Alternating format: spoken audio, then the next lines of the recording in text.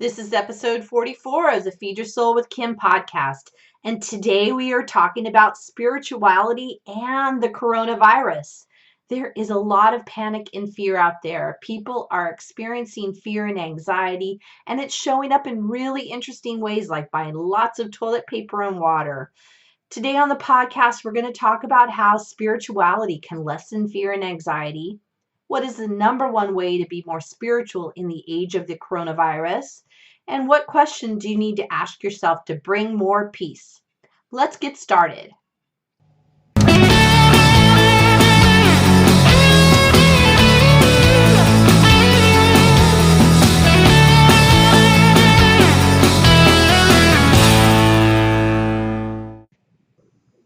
Welcome to the Feed Your Soul with Kim podcast. I am Kim McLaughlin, your host. I am a licensed psychotherapist, motivational coach, speaker, and author. I help people when they're feeling frustrated, overwhelmed, and overloaded, and it shows up in overeating and over dieting. And today we're talking about something that's pretty timely to what's going on in our world right now. We're going to talk about spirituality and the coronavirus. You might be wondering how that fits with food and overeating. And it really does, because there's a lot of fear going on right now. And when we're not connected back with ourselves, we're going to end up overeating and over dieting and feeling bad about ourselves. Remember, spirituality is one of the 6 components of our Feed Your Soul components. It's connected to mindfulness, and mindfulness is about being connected with yourself, your higher self, your inner being. And that involves spirituality and whatever kind of faith you might have.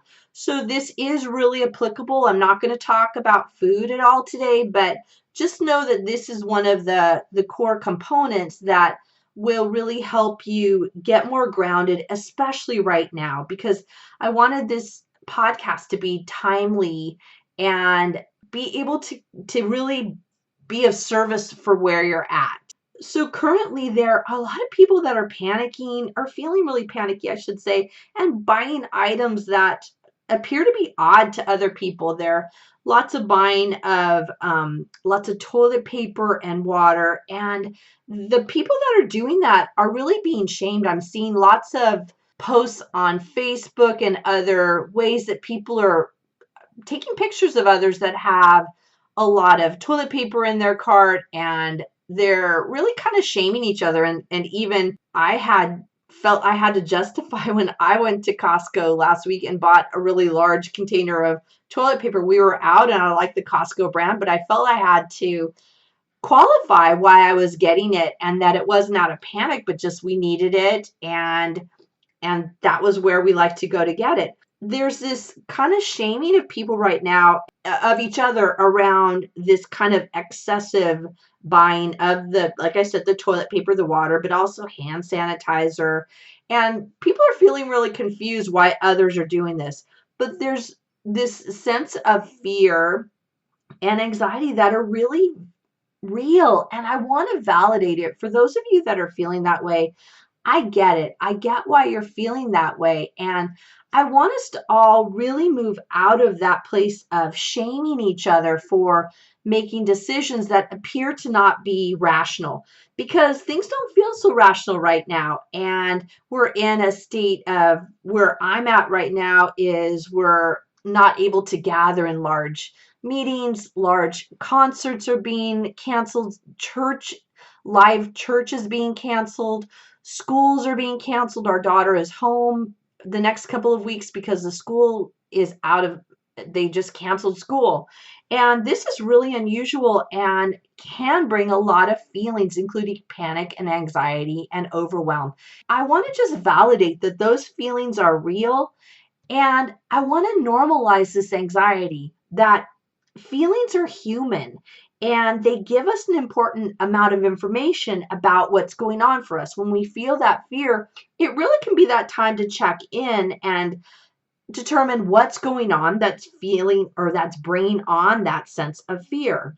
What I know is that as we move through those feelings, we then can get that higher understanding about what any particular situation might be. But as humans, I see, and as a therapist, I see that people have to move through the feelings first, that kind of physical experience, in order then to get more of that larger state of what it all means to them.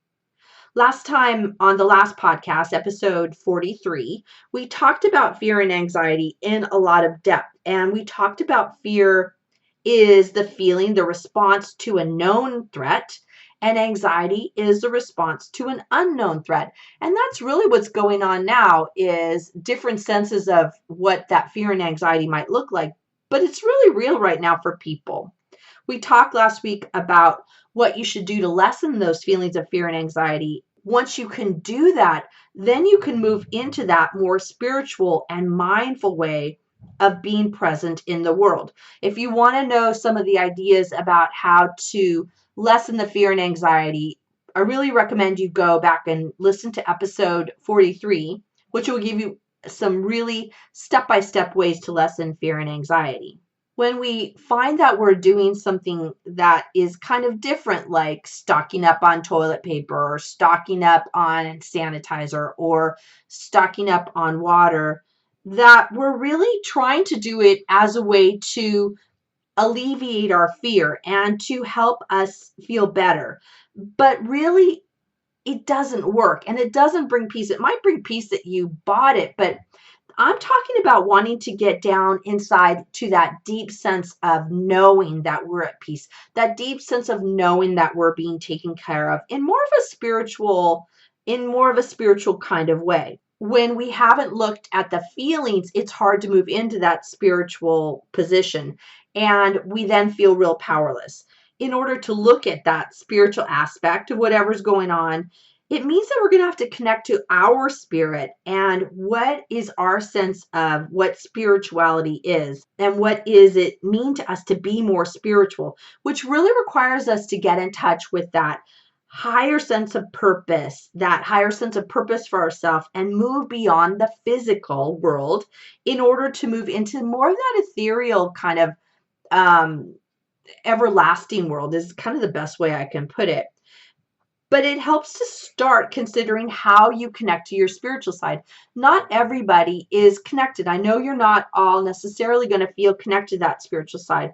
I have been working on being in touch with my spiritual side for years, so it comes a lot easier to me than it does to some others. And I don't want you to think that you can't do it just because you haven't done it yet.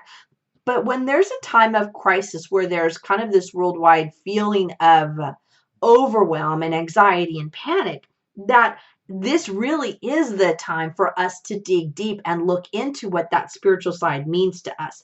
But it takes effort to move into that spiritual side. It takes some kind of conscious connection and moving in that direction. I encourage you to think about how you're connected to your spiritual sides. And I was thinking of some questions you might be able to ask yourself or to journal on in order to feel more connected to that spiritual side. One of the questions that I really like is, what do I believe is really true about myself in this world? What do I believe to be true about myself in this world? That really connects us with that sense of that higher purpose, and kind of like, what am I here for is kind of the question that goes with that. That's one question. The next question is, what do I believe to be true about life in general?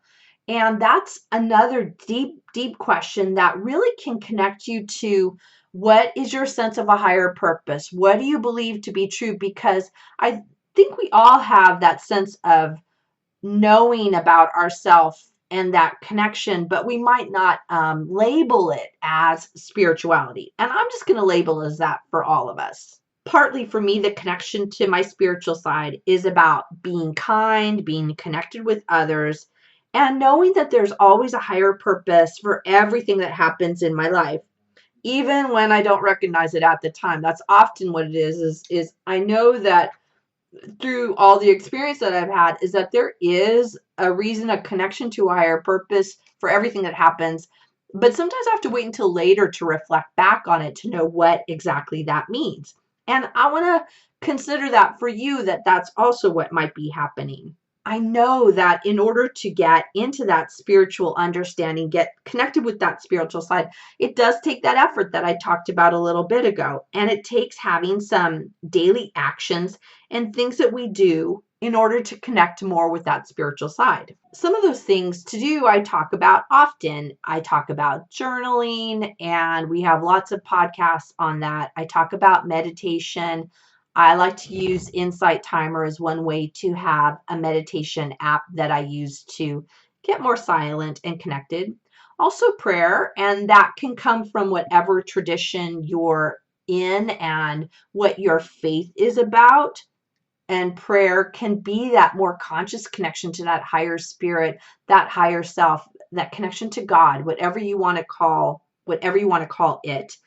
And also, another way to have that spiritual connection on a daily basis is to be in nature, to breathe, to walk in nature. There is something so soothing about being in the trees and listening to the wind, or listening to your feet on the leaves, going to the ocean and listening to the waves crash. That is a really grounded way of getting connected with that higher purpose and that sense of spirituality. When I just talked about the things that you can do that are always a connection to that sense of that spiritual side, there are really some things that you can lessen in order to get connected to that spiritual side. So get this idea that there are things that you should do more of, and there are things that you could do less of, because they really kind of restrict our connection with our higher spirit. And some of these things that you can lessen or even stop is disconnect from the media. Let go of listening to all of that information, all of the news, all of the social media, and turn it off. Just turn it off, because that's really not where your higher sense and your higher purpose is at. And that can often be where more of the anxiety and fear comes from, is from listening from too much media. There is this thing that happens to us when we listen to the same thing over and over again. I remember that in 9/11, that there was this constant playing of the planes crashing into the Twin Towers over and over again. And what it began to feel like was that it was traumatizing us over and over and over again, and making us feel like it was going on continually.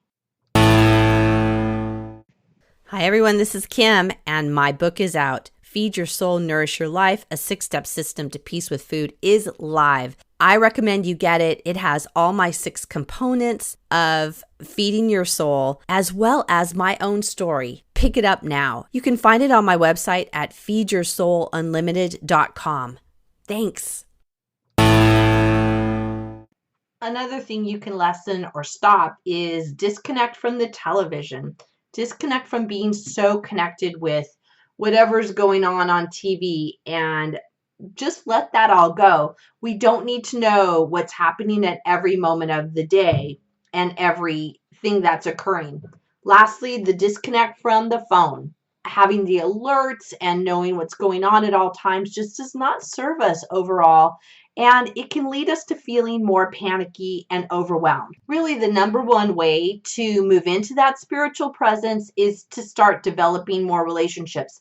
Now that some of us are quarantined and can't go out, some have children that are home from school, or we're having to work from home, there's really a lack of relationship, because what we've been told is that we need to start practicing what they're calling social distancing, where we have to keep a separation from each other.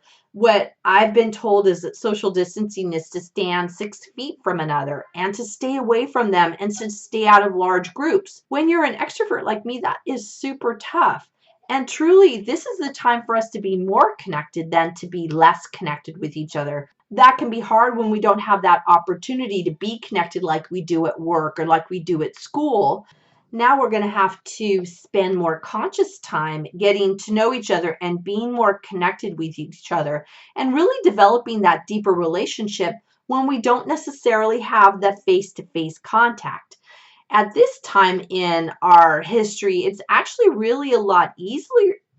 It's a lot easier to be connected because we can do that electronically. There are things like being on the phone and talking with them, going on the internet and doing FaceTime or doing a Zoom call with people or having texts with each other.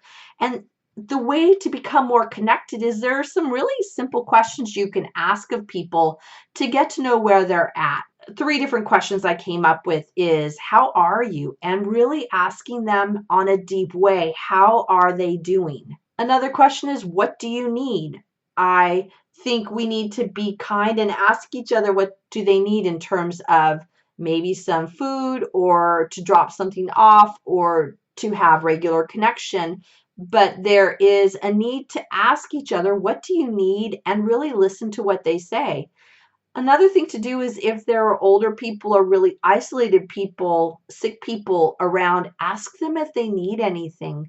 There was someone on a group that I follow that he said that he had some time this weekend, and if there was any elderly person who was shut in that needed someone to go pick something up at the store for them, he would go do that.